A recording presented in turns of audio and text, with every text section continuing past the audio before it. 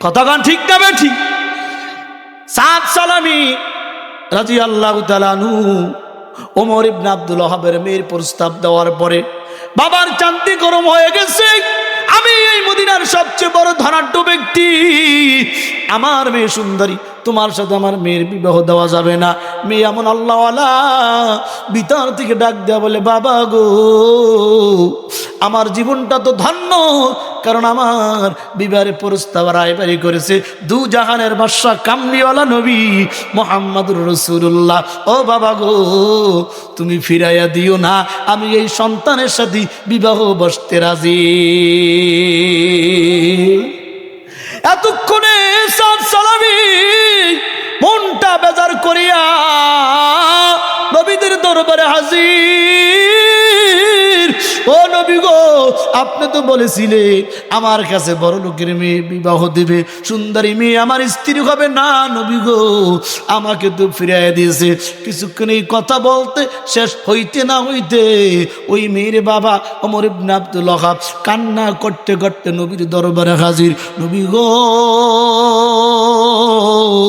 আমার ভুল হয়ে গেছে, বেয়াদবি হয়ে গেছে, আমি বুঝতে পারি নাই আপনি আমার মেয়ের বিবাহের জন্য প্রস্তাবে পাঠাইছেন, আমার নবী গো ভুল হয়ে গেছে, আমিও রাজি, আমার মেয়েও রাজি, এই সন্তানের কাছে আমার মেয়ে বিবাহ দেব। আল্লাহু আকবার। কিন্তু সাদ সালামি এত গরিব, টাকা নাই রে, পয়সা নাই রে। নবী বললেন, সাদ যাও যাও, এবার বিবাহ করে নাও। এবার সাদ ডাক দিয়ে বলে, হুজুর, বিবাহ করতে হইলে তো মহারানা দরকার, আমি যে মহারানা দিয়া আমার স্ত্রীকে জায়েজ করব সেই টাকাও তো আমার কাছে নাই। নবী কয়েকজন সাহাবীকে ডাক দিয়ে বলেন, সাহাবীরা শোনো, আমার এই সাহাবী সাদ সালামি বিবাহ করবে, মহারানার টাকা নাই। কয়েকজন সাহাবী 600 দিরহাম দিয়া দিয়েছে, যাও রে সাদি নিয়ে পয়নামা কিনে তার মহারানা আদায় করে দাও। এবার এখানে মজার কাহিনী, ওরে যুবক, কেমন ইসলামের মধ্যে ঢুকলা, ইসলাম মানতে পারলা না, কেমন ইসলামের মধ্যে ঢুকলা, নবীকে মানতে পারলা না, কেমন ইসলাম মানো, কেমন নবী মানো, আজও 40-50 বছর বয়স হয়ে গেছে, আজও দাড়িতে খুল লাগাও, আজও একটু নামাজ পড়ো না। 600 দিরহাম নিয়া সাদ সালামি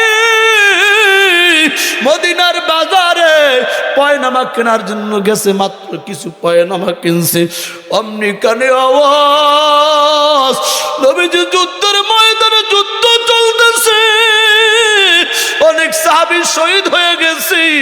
সাদ সালামি পয়নামার কাপড় চুপড় গুলা দোকানদারের কাছে রিটার্ন নিয়ে গেছে। সে বলে, দোকানদার ভাই, আল্লাহু আকবার, ও দোকানদার ভাই, আমার মালগুলা ফেরত রাইখা টাকাগুলা ফেরত দাও। বলে, কেন? এই পয়নামা নিয়ে আমি আমার স্ত্রীর কাছে যাব না, টাকাগুলা ফেরত দাও, আমি একটা তরবারি ক্রয় করব, কারণ আমার কানে আওয়াজ, যুদ্ধের ময়দানে মুসলমানের অবস্থা ভালো না। সাহাবীরা যুদ্ধের ময়দানে, আমার নবীও যুদ্ধের ময়দানে, আমি ওই 600 দিরহাম দিয়ে পয়নামা কিনিয়া স্ত্রীর সাথে আনন্দ করব, আমার উৎসব করব। আর আমার মায়ার নবী, আল্লাহু আকবার, আমার মায়ার নবী যুদ্ধের ময়দানে মার খাবে, মুসলমানেরা মার খাবে, এটা আমি সহ্য করতে পারবো না। 1 টাকাগুলা নিয়ে একটা তরবারি কিনিয়া যুদ্ধের ময়দানে হাজির। যুদ্ধ করতেছে কাফেরদেরকে কচুগোড়া করতে করতে সাদ সালামি বাসর করে যায় নাই, শ্বশুর বাড়ির মায়া নাই, প্রথম বাসর করবে, নতুন স্ত্রীর মায়া নাই। যুদ্ধ করতে করতে সাদ সালামি জমিনের শহীদ হয়ে গেছে। যুদ্ধ শেষ, নবী তাকায় দেখে আমার সাদ কিন্তু পয়নামা কেনার জন্য বাজারে পাঠাইছে। আমার সাদ তো এখন যুদ্ধের ময়দানে রক্ত মাখা, আমার সাদ কি বাসর ঘরে যায় নাই? সাহাবীদেরকে ডাক দিয়ে বলে, দেখো আমার দেখাটা সঠিক কিনা, ওটা কি সাদ আসলামী না অন্য কোন সাহাবী? সাহাবীরা ডাইকে বলে, নবী গো, ওটা তো আপনার ওই সাহাবী, যেই সাহাবীর সাথে আজকে মদিনার সুন্দরী মেয়ের সাথে বিবাহ হবে, যেই সাহাবীর শ্বশুর হবে দুনিয়ার এই মদিনার সবচেয়ে বড় লোক ব্যক্তি। কি হইল? ঘটনা তদন্ত করে দেখে পয়নামা কেনার জন্য বাজারে গেছে। অমনি কানে আওয়াজ, সাহাবীরা নবীর সাথে যুদ্ধ করতেছে, মুসলমানের পরিস্থিতি ভালো না। ও নবী, আপনার সাহাবী পয়নামা ফেরত দিয়া টাকা দিয়া তরবারি কিনিয়া যুদ্ধের ময়দানে আসছে। নবী বললেন, সাহাবীরা এত ঈমানওয়ালা, এত ইসলাম মাননেওয়ালা, মাত্র 8 মাস হয়েছে ইসলাম গ্রহণ করছে, কেমন ইসলামের মধ্যে ঢুকছে? স্ত্রী, শ্বশুর, সম্পদ, কোন মায়া তাকে বাঁচায়, তাকে বাধা দিয়ে রাখতে পারে নাই। ও সাহাবীরা, সমস্ত লাশগুলো একত্রিত করো, আমি নবী জানাজা পড়ব। নবী আমার জানাজা পড়তে যায়। আল্লাহু আকবার। আসমানের দিকে তাকাইয়া নবী আমার মিসকি মিসকি হাসে, আবার কিছুক্ষণ পরে মাথাটা নোয়া দেয়। সাহাবীরা প্রশ্ন করলেন, নবী গো, আসমানের দিকে তাকাইয়া আপনি মিসকি মিসকি হাসে আর কাছে? ইন্নাল্লাযীনা ক্বালু রাব্বুনাল্লাহ সুম্মা ইসতাকামু তাতানাজ্জালু আলাইহিমুল মালায়েকা। বলেন, আপনার আমার রবকে? আল্লাহ বলেন, ইন্নাল্লাযীনা ক্বালু রাব্বুনাল্লাহ, যারা বলে আমাদের রব আল্লাহ, এটা মুখ দিয়ে বলছে, শুধু তাই নয়, সুম্মা ইসতাকাম, এই কথার উপর ইস্তেকামাত হয়ে গেছে এবং এটার উপরে তার জীবন অক্ষ করে দিয়েছে। ওই বান্দা যখন মৃত্যুর কুলে ঢলে পড়ে, আসমান থেকে রহমতের ফেরেশতারা ওই বান্দার কানে কানে আইসা বলে, বান্দারে, তোমার কোনো ভয় নাই, তোমার কোনো চিন্তা নাই, তুমি হাসতে হাসতে জান্নাতে চলে যাও, কারণ তোমার সাথে যে আল্লাহ জান্নাতের ওয়াদা করেছে, তোমার জন্য জান্নাত আমার আল্লাহ প্রস্তুত করে রেখেছি। আল্লাহ নবীর একজন সাহাবী কেমন ইসলামের মধ্যে পরিপূর্ণ ঢুকেছে রে মুসলমান। আপনি আর আমি কেমন ইসলামের মধ্যে পরিপূর্ণ ঢুকলাম? আমার পক্ষে গেলে ইসলাম মানি, আমার পক্ষে গেলে হুজুরকে ভালো লাগে, আমার বিপক্ষে গেলে হুজুরকে মসজিদ থেকে খেদান লাগলে খেদাইব। আছে না নাই? অধিকাংশ মসজিদগুলা শরিয়া ভিত্তিক চলে না, কমিটির মাতবাড়িতে চলে। এই জন্য ইমাম সাহেব দোয়া করলো, দোয়া কবুল হয় না। ওই যে জোর করে দোয়া করায়, মন্ত্রে খায়, আল্লাহ ওইটা নামাজ না পড়লেই ভালো হয়। কথা কয় না, পক্ষে গেলে মানবা আর বিপক্ষে গেলে হুজুরে ভালো না। এই তামসায় আজকে বাংলাদেশের মসজিদগুলো এখন মাজলুম হয়ে গেছে। ভাইরা আমার, আল্লাহ নবীর একজন সাহাবী, আফ্রিকান সাহাবী। কষ্ট হয় আপনাদের? কেমন ইসলামের মধ্যে ঢুকবেন মুসলমান? আমার কোনো কর্তৃত্ব চলবে না, আমার জীবনটা অক্ষ করে দিতে হবে কার উপরে? সাদ আসলামী রাদিয়াল্লাহু তাআলা আনহু, পয়গম্বরের একজন সাহাবী, নিগ্রো কালো, বিশাল দেহের অধিকারী, চেহারা সুন্দর না, চেহারার মধ্যে বসন্তের দাগ গোটা পড়ে গেছে।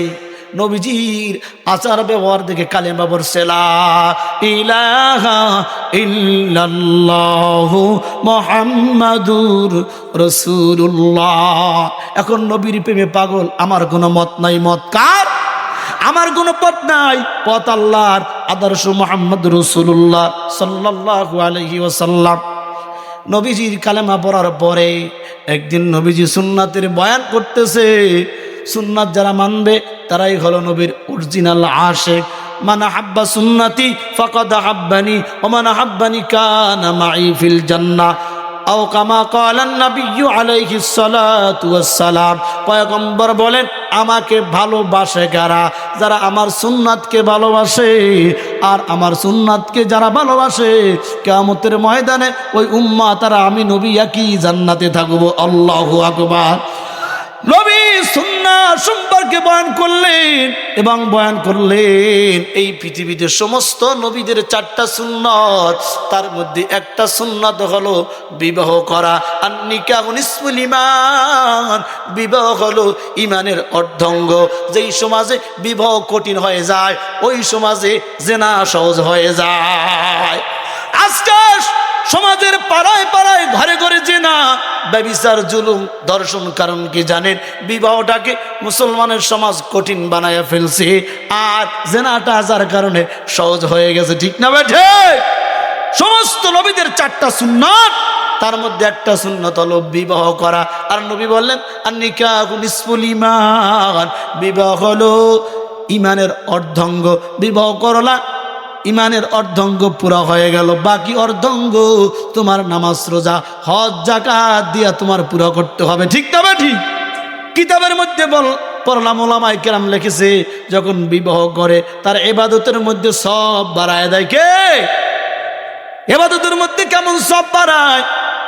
ওলামায়ে কেরাম লিখেছেন অবিবাহিত মানুষ যখন 1 রেকাত নামাজ পড়ে তার আমলনামায় 1 রেকাতের সব লেখা হয়। আর বিবাহ কইরা যুবক যখন নামাজে যায় 1 রেকাতে 21 রাকাতের সব লিখে দেওয়া হয়। কারণ কি? এতদিন সে আদায় করছে হুকুকুল্লাহ, আল্লাহর হক, আর এখন সে হকুল ইবাদা, বান্দার হক আদায় করে। এই জন্য তার ইবাদতের সব বাড়ায়া দিয়েছে। কি ও মুসলমান যুবক, আজকে সমাজের কোন বিষয় নিয়ে কথা বলবেন যে এই বিষয়ের মধ্যে কোনো ঝামেলা নাই? আজকে বলে যুবকেরা যে নিজের পায়ে দাঁড়াইয়া তারপর বিবাহ করবে, বিবাহের আগে অন্যের পায়ে দাঁড়ায়। কি আছে না নাই? বলো কবে তোমার বয়স হইবে তুমি বিবাহ করবা নিজের পায়ে দাঁড়াইয়া? 40 হয়ে গেছে, এখনো নিজের পায়ে দাঁড়াইতে পারে না, এই কপাল পোড়া। আছে না নাই? এই জন্যই তো জেনা সহজ হয়ে গেছে। আল্লাহ আমাদেরকে হেফাজত করেন। আর পয়গম্বর বলেন সমাজে যখন 2টা গুনাহ এভেলেবেল হয়ে যাবে, আসমান থেকে আল্লাহ এমন গজব দেবে যেই গজব জমিন আলারা ফিরাইতে পারবে না। একটা হলো জেনা, আর একটা হলো সুদ। আসেনি? আসেনি? চিপায় চাপায় জেনার কোনো অভাব নাই। মা বোনদের চলাফেরার মধ্যে পুরুষের জেনার দিকে আকৃষ্ট করে, এমন চলাই চলে, এমন বোরকাই পরে যে ও তাকাইতে চায় না, সে একবার তাকায়। কথা কয় না? বোরকায় এখন আর পর্দা নাই, বোরকা ফ্যাশনে পরিণত হয়ে গেছে। আছে না নাই? অথচ এমন বোরকা পরা যাবে না যেই বোরকা পরলে নারীর অঙ্গভঙ্গিমা বোঝা যায়, টাইট ফিটিং। এখন তো ওই বোরকাই পরে যে আকর্ষণ আরো বেশি বাড়ে। কথা কয় না? শহরে বাজারে দেখ নারীদের ঢল, পর্দাবিহীন তারা করে ঝলমল, অন্য কি তার দিকে আশেক বানায়। দেশটায় আজি ধ্বংস হলো নারীর বেপরদায়, সবার মুখে একই আওয়াজ হায় হায় হায়। শহরে বাজারে দেখ নারীদের ঢল, পর্দাবিহীন তারা করে ঝলমল, অন্য কি তার দিকে আশেক বানায়। দেশটায় আজি ধ্বংস হলো নারীর বেপরদায়, সবার মুখে একই আওয়াজ হায় হায় হায়। ইবলিসের বড় জ্বালা, বাংলাদেশে আগমন হয়েছে নারীর ভেষে, দলে দলে নিয়া নারী মেলা মিলায়, পার্কেতে বসে ওরা মেলা মিলায়। দেশটায় আজি ধ্বংস হলো নারীর বেপরদায়। ঠিক না ঠিক? আল্লাহ আমার মা বোনদেরকে পর্দানিশীন বানায় দেন। জোরে বলেন আমিন। একটু আগে একটা হাদিস পড়লাম, আলী রাদিয়াল্লাহু তাআলা ওনাকে প্রশ্ন করা হলো নারীদের মধ্যে শ্রেষ্ঠ নারী কি? আল্লাহু আকবার বলেন। কথায় কথা আসতেছে, বলবো? হ্যাঁ বলবো নি। আলী রাদিয়াল্লাহু তাআলা আনহু প্রশ্ন করা হলো, ওইগুলা ভুল কথা, যেটি পড়েন এমনও পড়ে, এইগুলো তো করেননি। যিনি নামাজ না পড়েন ওটি এমনও পড়ে না, 12টার আগে কোনো মানুষ ঘুমাই না। কথা বলেন ঠিক না ভাই? ঠিক। যদি এখন 2টা বাজে মোনাজাত দেই, ফেসবুকের যারা মুরিদ তারা যায় ঠিক আগে মোবাইলটা টিপবে। অধিকাংশ যুবক 3টা 4টা পর্যন্ত ফেসবুক চালায়, আর যে নামাজের মধ্যে যার মহব্বত হয়ে গেছে, জাল জুলুম নির্যাতন বান গন্ডা দর্দুবান তাকে মসজিদে যাওয়া ফিরাইতে পারে না। এইগুলো এখন ইমামতির পর 10 বছর হয়ে গেছে গা, এটা ডায়লগ হয়ে গেছে। অতিরিক্ত রায় তুইলে ফজরের নামাজ কাজা যাইব, এটা ভুয়া কথা, কথা আমি বিশ্বাস করি না। আপনিও যাই মোবাইলটা বের করে দেখুন খবর কি 11 দল 8 দলের সমঝোতার অবস্থা রাখি কি কথা কোন ঠিক না ঠিক? এগুলো কিন্তু এক প্রকার নফসের শয়তানি ধোকা। নামাজিকে কোনোভাবে নামাজ পড়া থেকে বিরত রাখতে পারে না। আর যে নামাজ পড়ে আজানের আগেই তো শরীরের মধ্যে মনে করো ভূমিকম্প শুরু হয়ে যায়, কথা কয় না। আর যেটা নামাজটা পড়ার গেলে শয়তানে কয় টিপে দেয়, এই অবস্থা করে। কথা বলে ঠিক না বেঠে? আরে মুমিন কারে কইছে? মুমিন কে? ফাঁসির কাজটা চলবে জিগা, এই তোর কিছু চাওয়া পাওয়া আছে? কি খাবি, কি দেখবি, কি চাও? মুমিন ডাক দেবে, কিছু চাওয়া পাওয়া নাই, আমি 2 রাকাত নামাজ পড়তে। কথা কয় না? আছে না নাই? তবে মোনাজাত দিয়ে দেখি কন, হ্যাঁ দেব। লা ইলাহা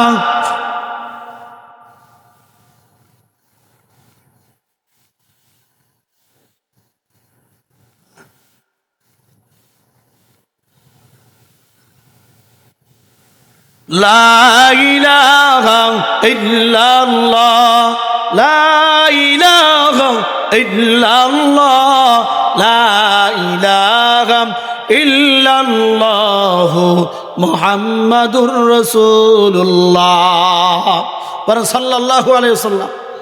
সাদ আসলামী রাদিয়াল্লাহু তাআলা আনহু নবীর কালেমা পড়ে ইসলামের মধ্যে ঢুকে গেছেন। নবী সুন্নাতের বয়ান করছে, তার মধ্যে একটা সুন্নাত হলো বিবাহ। যে ইচ্ছাকৃতভাবে বিবাহ ছেড়ে দেয় ফালাইসা মিন্নি, নবী বলেন ওটা আমার উম্মত না। সাদ আসলামী রাদিয়াল্লাহু তাআলা আনহু আফ্রিকান কালা দেহের অধিকারী, কালো মানুষ, বিশাল দেহ, চেহারার মধ্যে বরুণের দাগ, বসন্তের দাগ।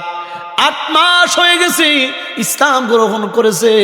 মদিনার অলি গলি এমন কোনো জায়গা নাই বিবাহের জন্য মেয়ে তালাশ করে, কিন্তু কেউ বিবাহ দেয় না। কারণ কি? ছেলে কালো, আফ্রিকান, গোটা চেহারার মধ্যে।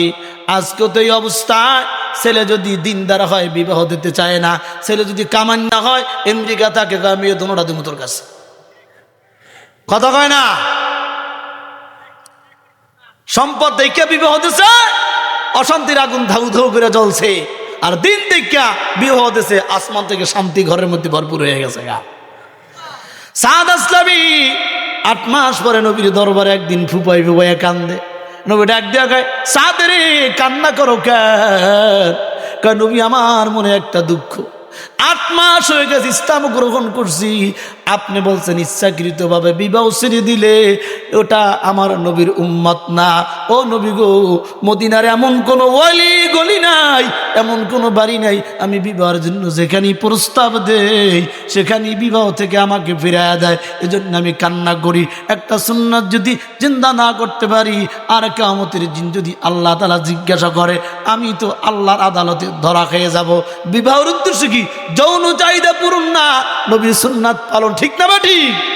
আমার কিন্তু যৌন চাহিদা ওরে কুতকুতারি 10টা আসেনি। এই যে মাঝে মধ্যে খবর পাওয়া যায় বোর ধরে গেছে, ও কাটতে একবারে সেলাই করে দিয়ে, যা তোর কুতকুতানি বন্ধ। এ আছে না নাই?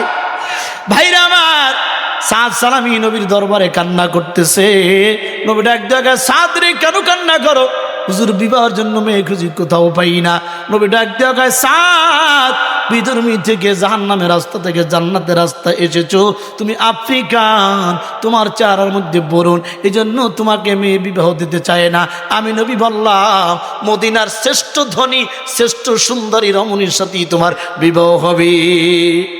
ওমর বিন আব্দুল ওয়াহাব মদিনার শ্রেষ্ঠ ধনী, তার মেয়েটা হলো সবচেয়ে সুন্দরী, রূপসী, গুণে, শিক্ষায়।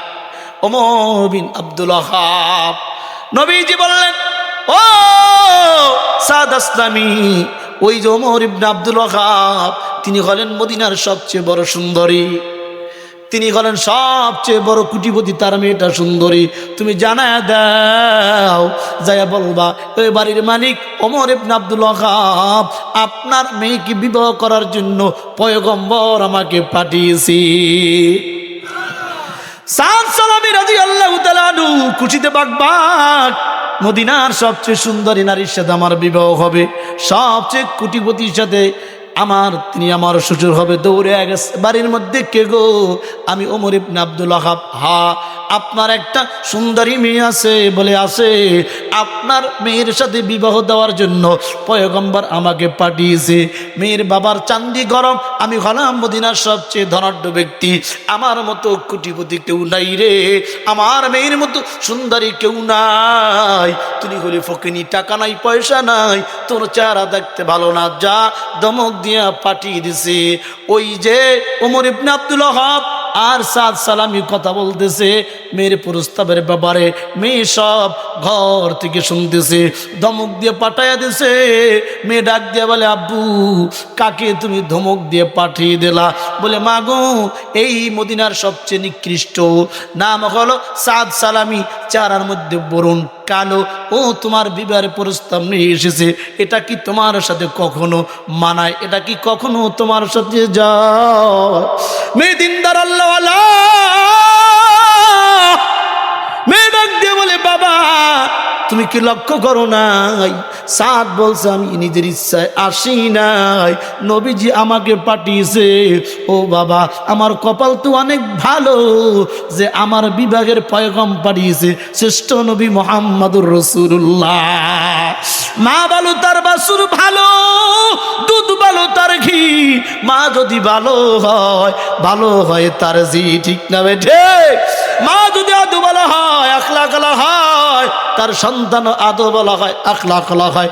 আব্দুল কাদের জিলানী রাহমাতুল্লাহ আলাইহি ছোট্ট মানুষ, পড়তে যাবে 8 অথবা 9 বছর বয়স, মা যদি ভালো হয় সন্তান ভালো হয়, মা যদি ভালো হয় সন্তান ভালো শিক্ষা পায়। আব্দুল কাদেরের মা ডাক দিয়ে বলে, সন্তান রে, শিক্ষা করার জন্য যাবি দূরে, দোয়া করে দিলাম যা, বড় আলেম হয়ে যা। আব্দুল কাদের জিলানী বড় বীর, দোয়া করে দিয়েছে যা। সন্তান, উপদেশ হলো, জীবনে যত বিপদে পড়ো, মুসিবতে পড়ো, কোনোদিন মিথ্যা কথা জবান দিয়ে বলবা না। কারণ কি জানো? মিথ্যা কখনো জয় হয় না, মিথ্যা ধ্বংস হয়ে যায়, আর সত্যকে বিজয় দান করে কি? যা, যত মুসিবতে পড়ো মিথ্যা কথা বলবি না, তবে দূরদেশে যাবি, তোকে আমি 40 দিরহাম স্বর্ণ দিয়া দিলাম, তোর হাতে দিলাম না, ছোট্ট মানুষ সন্তান হারিয়ে যাইতে পারে। এই 40 দিরহাম স্বর্ণ আব্দুল কাদের জিলানী রহমাতুল্লাহ আলাইহির মা তার জামার মধ্যে সিলাই দিয়েছে যেন কেউ না দেখে। আল্লাহু আকবার। বলে দিয়েছে, যত বিপদে পড়ো, মুসিবতে পড়ো, মিথ্যা বলবি না। মা যেমন, শিক্ষাও তো এমন। সন্তান আব্দুল কাদের জিলানী রহমাতুল্লাহ আলাইহি চলতেছে, হঠাৎ করে পুঁটিমধ্যে ডাকাইতির দল। ডাকাইতের একজন আইসা বলে, তোমার নাম কি? বলে, আব্দুল কাদের। কই যাও? দিন শিক্ষার জন্য যাইতেছি। তোমার কাছে কিছু আসেনি? আমাদের সন্তানরা বলেন নাই।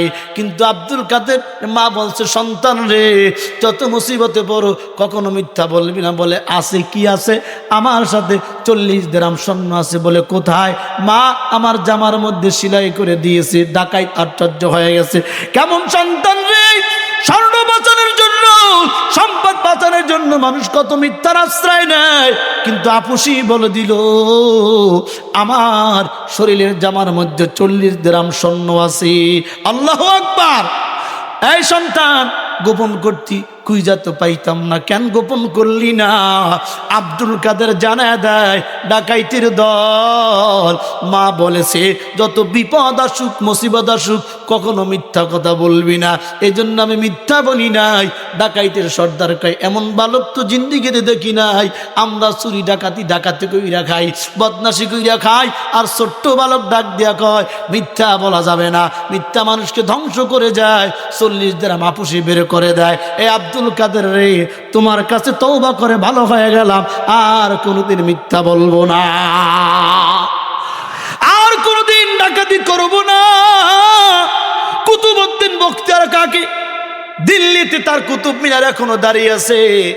কেমন এই কুতুবউদ্দিন কাকি, কুতুবউদ্দিন বখতিয়ার কাকি রহমাতুল্লাহর মা যদি ভালো হয়, সন্তান ভালো হয়, কুতুবউদ্দিন বখতিয়ার কাকি এখনো কুতুব মিনার দিল্লিতে আছে। সংক্ষেপ করে বলি, মা সন্তানকে দিন শিখায়, ইসলাম শিখায়, আদব শিখায়। মাতৃভাষা কেন বলা হয়? মায়ের থেকে প্রথম ভাষা শেখে, এজন্যই তো মাতৃভাষা। ও মুসলমান, পুরুষ কাজের মধ্যে বাইরে থাকে, মা ঘরে থাকে। মা যদি ভালো হয়, সন্তানটা ভালো হবে। কুতুবউদ্দিন বখতিয়ার কাকি রহমাতুল্লাহ আলাইহির মা একজন আল্লাহওয়ালা বুজুর্গ, দিনদার মহিলা। সন্তানকে মক্তবে পাঠায়, দিন শিখায়। মক্তব থেকে আসার পর প্রতিদিন বলে, সন্তান রে, সন্তান আইসা বলে, মা পেটে ক্ষুধা লেগেছে, খাবার দাও। মা বলে, সন্তান উজু কর, যায় নামাজ 2 রাকাত নামাজ পড়া আল্লাহর কাছে খাবার চা। আল্লাহু আকবার। আল্লাহর কাছে খাবার চাও, কারণ তোমার আমার রিজিকের মালিক কে? দুহাত তুলে বলো কে? হাতটা আসমানের দিকে দিয়া লড়াইয়া জোরে আল্লাহকে একটা ডাক দেন, আল্লাহ। নারে তাকবীর। ইয়্যাকা না'বুদু ওয়া ইয়্যাকা নাস্তাঈন। আল্লাহ, তোমার ইবাদত করি, তোমার কাছে সাহায্য চাই। কুতুবউদ্দিন বখতিয়ার কাকি রহমাতুল্লাহ আলাইহি ছোট্ট বালক মক্তব থেকে আসার পর বলে, মা ক্ষুধা লেগেছে। মা বলে, আল্লাহর কাছে চাও, যায় নামাজ বিছাইয়া আল্লাহর কাছে নামাজ পড়ে। বলে, মা কই আল্লাহর কাছে চাইলাম। বলে, যায় নামাজ উঠাও। যায় নামাজ উঠাইয়া দেখে রুটি অথবা খাবার যায় নামাজের নিচে আগেই মা দিয়ে রাখতেন, সন্তান যেন আল্লাহর কাছে চাইলেই পায়। প্রতিদিন সন্তান আসার আগে কুতুবউদ্দিন বখতিয়ার কাকি রহমাতুল্লাহ আলাইহি মক্তব থেকে আসার আগে মা যায় নামাজের নিচে খাবার রাইখা দিতেন, যেন আল্লাহ ভক্ত হয়, যেন দুনিয়ার কোনো মানুষকে পরোয়া না করে। তো একদিন মা খালার বাসা অথবা পাশের বাসায় চলে গেছে। কুতুবউদ্দিন বখতিয়ার কাকি রহমাতুল্লাহ আলাইহির মা আসতে দেরি হয়ে গেছে, ওদিকে মক্তব ছুটি হয়ে গেছে। মা টেনশনে পড়ে গেছে, আজকে তো সন্তানের জন্য যায় নামাজ বিছাই নাই, খাবারও রাখি নাই। ও আল্লাহ, প্রতিদিন তুমি যে রব, তুমি যে সব পারো, এটা শিক্ষা দেওয়ার জন্য আমি তোমার কাছে চাওয়ার ভাঙ কইরা যায় নামাজের নিচে খাবার রাইখা দিছি। আজকে তো আমার সন্তান চলে এসেছে, আজকে যদি নামাজ পইরা যায় নামাজ উল্টে খাবার না পায়, আল্লাহ আমি তো কুতুবউদ্দিনের কাছে আমি ধরা খেয়ে যাব। আল্লাহু আকবার। মা দোয়া করতেছে চোখের পানি ফালাইয়া, আল্লাহ আমি কুতুবউদ্দিনের কাছে যেন ধরা না খাই, তুমি ইজ্জত রক্ষা কইর, কারণ তোমার মতো ক্ষমতাবান কেউ নাই। সন্তান মক্তব ছুটিয়া ঘরে আইসা দেখে মা নাই। মা নাই তো কি হয়েছে? প্রতিদিন যেই নিয়ম, উজু কইরা যায় নামাজ বিছাইয়া নামাজ পইরা আল্লাহকে বলে, আল্লাহ তোমার দিন শিখছি, কোরআন শিখছি, পেটে খিদা লেগেছে, তুমি খাবার দাও। মোনাজাত শেষ, যায় নামাজ উঠায়া দেখে প্রতিদিন মা যেইভাবে খাবার দেয়, তার থেকে আরো সুস্বাদু খাবার আল্লাহ যায় নামাজের মধ্যে দিয়া দিছে। কুতুবউদ্দিন বখতিয়ার কাকির মা কান্না করতে করতে পেরেশান হইতে হইতে ঘরে আয়া দেখি কুতুবউদ্দিন নামাজ পইরা ঘুমায়া গেছে। আয় আমার সন্তান না খায়া ঘুমায়া গেছে, পেটে ক্ষুধা। ডাকতে যে, কুতুবউদ্দিন তুমি কি নামাজ পড়েছো? বলে, হ্যাঁ। সন্তান আমি তো। তুমি কি খাবার খেয়েছো? বলে, মা গো, প্রতিদিন যায় নামাজে আল্লাহ যেই খাবার দেয়, তার থেকে আরো বেশি সুস্বাদু খাবার আজকে আমার আল্লাহ আমাকে দিয়েছে। মা যদি ভালো হয়, ভালো হয় তার জি। কথাগান ঠিক না বেঠি? সাদ সালামি রাদিয়াল্লাহু তাআলা আনহু ওমর ইবনে আব্দুল ওয়াহাবের মেয়ের প্রস্তাব দেওয়ার পরে বাবার চান্দি গরম হয়ে গেছে। আমি এই মদিনার সবচেয়ে বড় ধনাঢ্য ব্যক্তি, আমার মেয়ে সুন্দরী, তোমার সাথে আমার মেয়ের বিবাহ দেওয়া যাবে না। মেয়ে এমন আল্লাহওয়ালা, ভিতর থেকে ডাক দেয়া বলে, বাবা গো, আমার জীবনটা তো ধন্য, কারণ আমার বিবাহের প্রস্তাব রায়বাড়ি করেছে দু জাহানের বাদশা কামলিওয়ালা নবী মুহাম্মদুর রাসূলুল্লাহ। ও বাবা গো, তুমি ফিরাইয়া দিও না, আমি এই সন্তানের সাথে বিবাহ বসতে রাজি। এতক্ষণে সাদ সালামি মনটা বেজার করিয়া নবীদের দরবারে হাজির। ও নবী গো, আপনি তো বলেছিলেন আমার কাছে বড় লোকের মেয়ে বিবাহ দেবে, সুন্দরী মেয়ে আমার স্ত্রী হবে না। নবী গো, আমাকে তো ফিরিয়ে দিয়েছে। কিছুক্ষণ এই কথা বলতে শেষ হইতে না হইতে ওই মেয়ের বাবা ওমর ইবনে আব্দুল ওয়াহাব কান্না করতে করতে নবীর দরবারে হাজির। নবী গো, আমার ভুল হয়ে গেছে, বেয়াদবি হয়ে গেছে, আমি বুঝতে পারি নাই আপনি আমার মেয়ের বিবাহের জন্য প্রস্তাবে পাঠাইছেন। আমার নবী গো, ভুল হয়ে গেছে, আমিও রাজি, আমার মেয়েও রাজি, এই সন্তানের কাছে আমার মেয়ে বিবাহ দেব। আল্লাহু আকবার।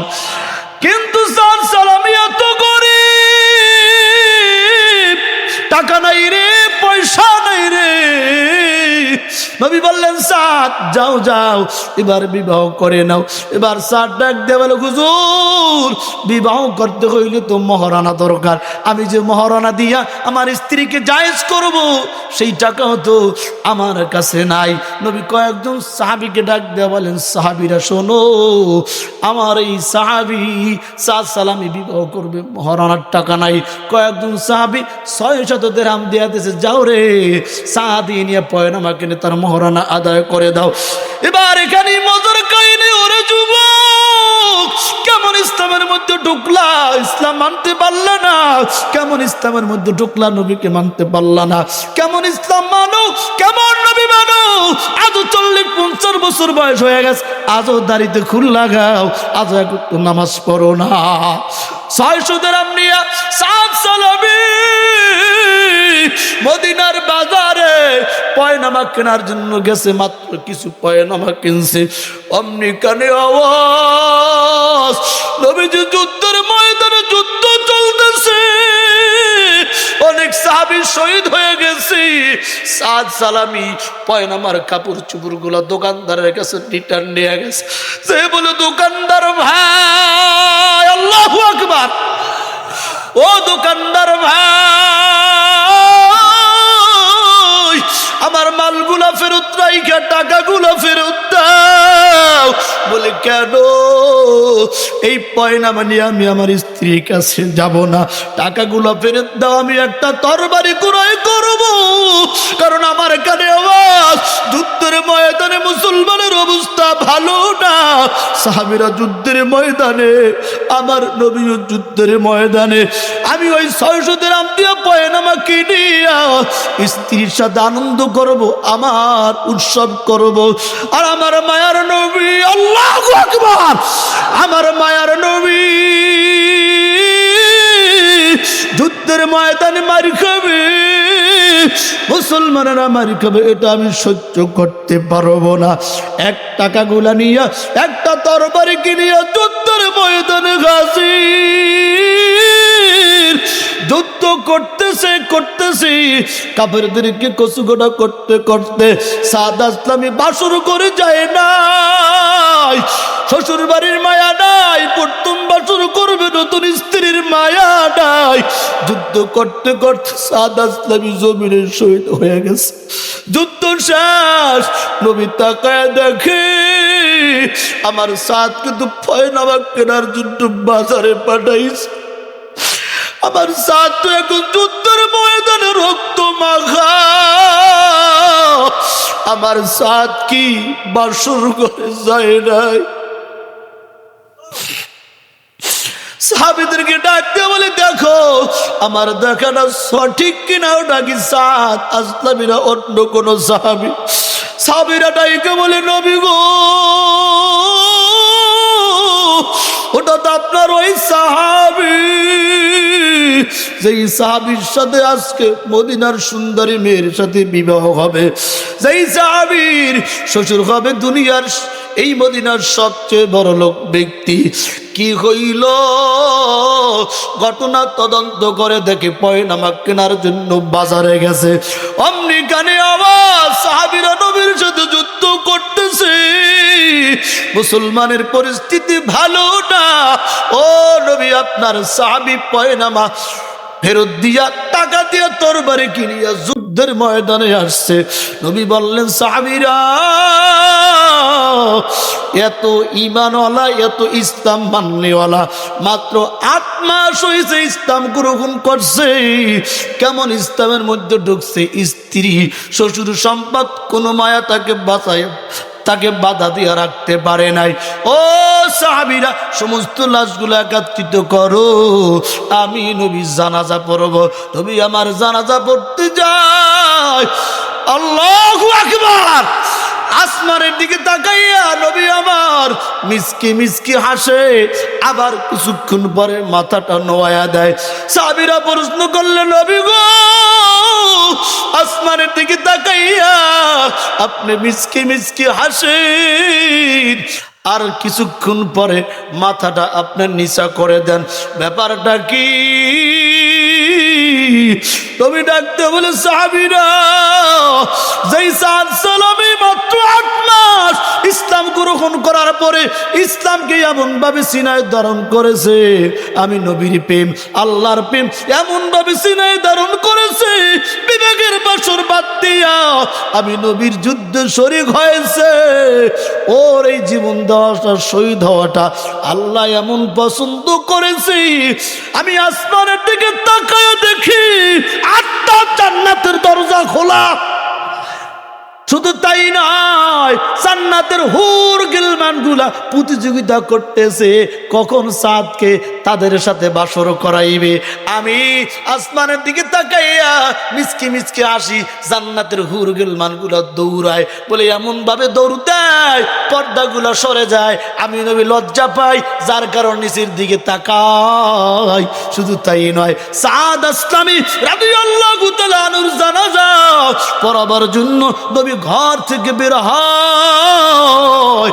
নিয়ম হলো পায়ে হেঁটে জানাজার ময়দানে যাবে, কিন্তু নবী আমার পায়ে না হাঁটিয়া হাতের তালু আর হাঁটুতে ভর করে করে জানাজার ময়দানে হাজির।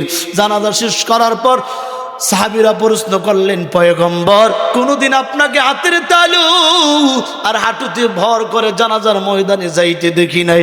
নবী আমার চোখের পানি ছাইরা দেয়া বলে, সাহাবীরা, আমি নবী যা দেখি তোমরা তা দেখো না, আমি নবী যা জানি তোমরা তা জানো না। আমি জানাজা পড়াবার জন্য যখন ময়দানে বের হই, তাকায় দেখি আসমান থেকে আল্লাহর রহমতের লক্ষ লক্ষ ফেরেশতারা জমিন মাঠ ভরে গেছে, আমি নবী পাও রাখার জায়গা পাই না। মাই দূর গো মজবুর গো সাইয়্যিদ আলম, মাই দূর গো মজবুর গো সাইয়্যিদ আলম, दीदार दखा दे नहीं आवाज सुना दो, दीदार दखा दे नहीं आवाज सुना दो। मैं सूरत यूसुफ को नहीं चाहने वाला, मैं सूरत यूसुफ को नहीं चाहने वाला, मैं कैस की माँ नंद नहीं आशिक लायला, मैं कैस की माँ नंद नहीं आशिक लायला। এটাকে বলা হয় পরিপূর্ণ ইসলামের মধ্যে ঢোকা। অর্থাৎ ইসলাম যেটা বলে, আল্লাহ যেটা বলে ওইটাই আমি মানব। দুনিয়ার কোনো ক্ষমতা, টাকা পয়সা, লোভ লালসা, স্ত্রী পুত্র আমাকে ইসলাম মানা থেকে, দিন মানা থেকে ফিরাইতে পারবে না। কারা কারা রাজি আছো দুটো হাত আল্লাহকে দেখায়া দাও। নারে তাকবীর, ও আল্লাহ তাকে দেখো। এই ডিঙ্গা ভাঙ্গা নতুন বাজার যুব সমাজের উদ্যোগের মাহফিলে তোমার বান্দারা, তোমার নবীর উম্মতরা ওয়াদা করতেছে কোনো কিছু তাদেরকে ইসলাম মানা থেকে ফিরাইতে পারবে না। আল্লাহ কবুল করে নাও। জোরে বলেন আমিন, আরো জোরে বলেন আমিন। ভাইরা আমার, তাহলে আল্লাহ তাআলা অশান্ত পৃথিবীকে শান্ত করার জন্য, এই অশান্তির পৃথিবীকে শান্তি করার জন্য কয়টা নেয়ামত জানি? মনে আছে আপনাদের? একটা হলো কুরআন, আর একটা হলো মুহাম্মাদুর রাসূলুল্লাহ সাল্লাল্লাহু আলাইহি ওয়াসাল্লাম। এজন্য নবী বলেছেন, তারাকতু ফীকুম আমরাইন লান তাদিল্লু মা তামাসসাকতুম বিহিমা, কিতাবাল্লাহি ওয়া সুন্নাত রাসূল। ও ঈমানদার আমার উম্মতেরা, তোমরা ধ্বংস হবে না, পথভ্রষ্ট হবে না, জাহান্নামে যাবে না যতক্ষণ পর্যন্ত তোমরা দুইটা জিনিসকে আঁকড়ে ধরবা, দুইটা জিনিসকে নেয়ামত মনে করবা। একটা হলো কোরআন, আর একটা হলো আমি নবীর, আমি পয়গম্বরের সুন্নাত। আল্লাহু আকবার। ভাইরা আমার, খোদা না কষ্ট ইসলাম না বাইনা, কুরআন না মাইনা, মালাকুল মউতের কাছে যদি ধরা পড়ে যায়, কুল্লু নাফসিন যায়িকাতুল মাউত সুম্মা ইলাইনা তুরজাউন, ইসলাম নামাইনা, কোরআন নামাইনা, নিজের মতের উপর পথের উপর চইলা যদি মালাকুল মউতের উপর কাছে ধরা খেয়ে যায়, তোমার আমার জন্য জাহান্নাম ছাড়া কোনো উপায় নাই।